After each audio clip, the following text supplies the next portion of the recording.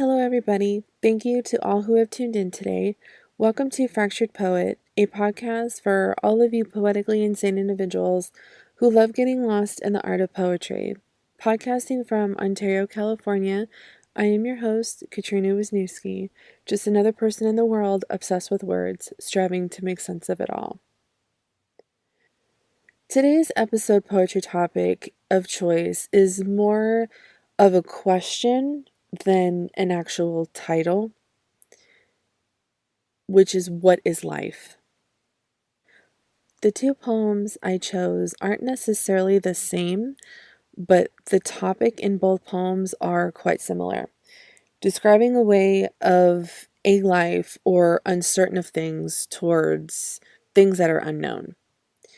However, both poems do have relevance to my personal thoughts and what I was thinking about at that particular moment.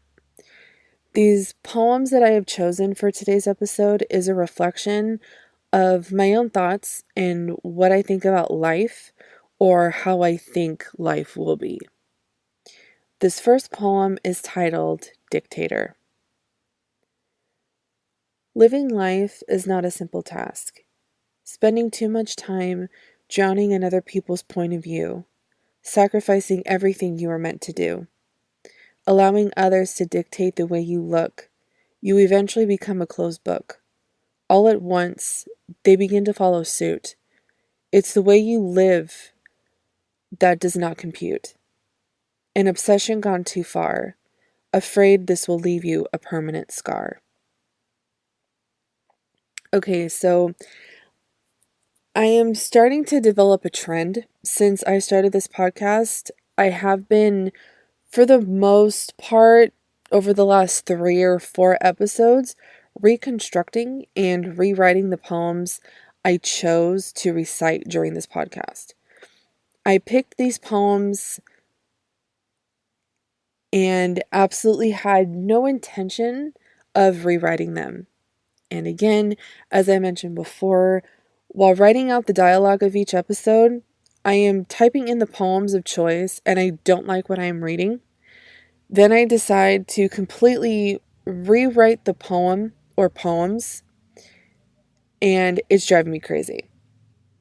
And who knows, maybe this is a good thing. I am improving it, maybe. I am not even really sure if rewriting these poems was a good idea, but I did it, so we shall see. But anyways, this poem has a lot of personal attachments. I won't get too detailed with it, but growing up and even now, I get judged and criticized about my looks. It's an instant judgment people place on me, and that reason or thing becomes a permanent stamp on how people refer to me and use that as a way to describe me. So when the poem says allowing others to dictate how you look, it reflects on many times in my life where I felt the urge to seek out ways to change the way I looked to fit in more and be more like other people. So I didn't stand out in a negative way. I would often be the center of attention and not in a good way, if you catch my drift. So this poem talks about someone's life being controlled by other people who feel that it's necessary to provide suggestions on how to live your life, using their manipulative lectures and speeches.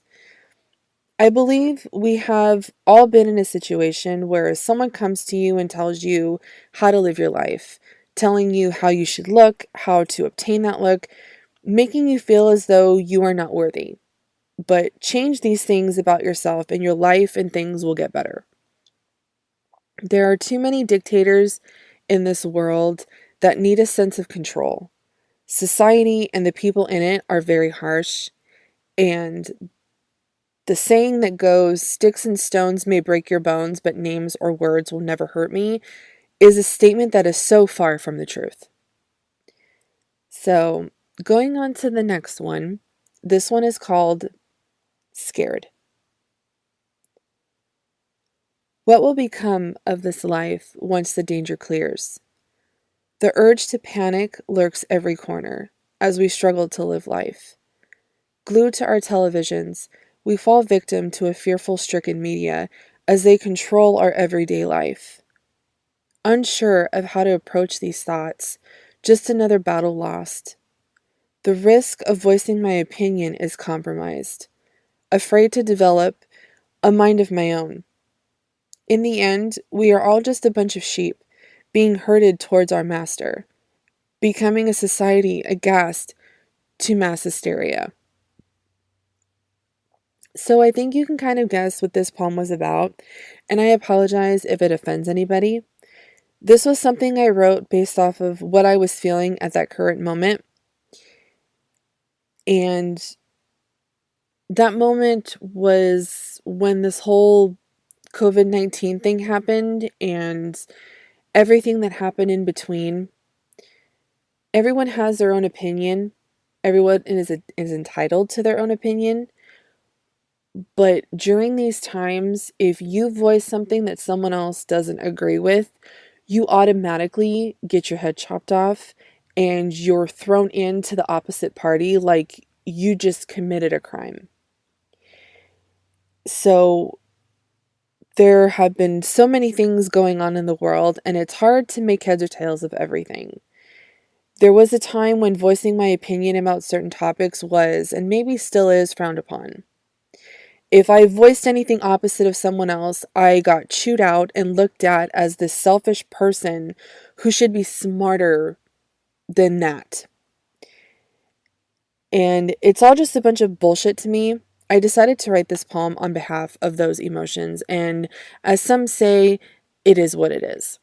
I won't go into too much elaboration on this poem because it can get pretty lengthy and controversial to whoever is listening out there, but this is where my mind was, and it led to this poem, and I had to write about it because it's something that really, really frustrated me.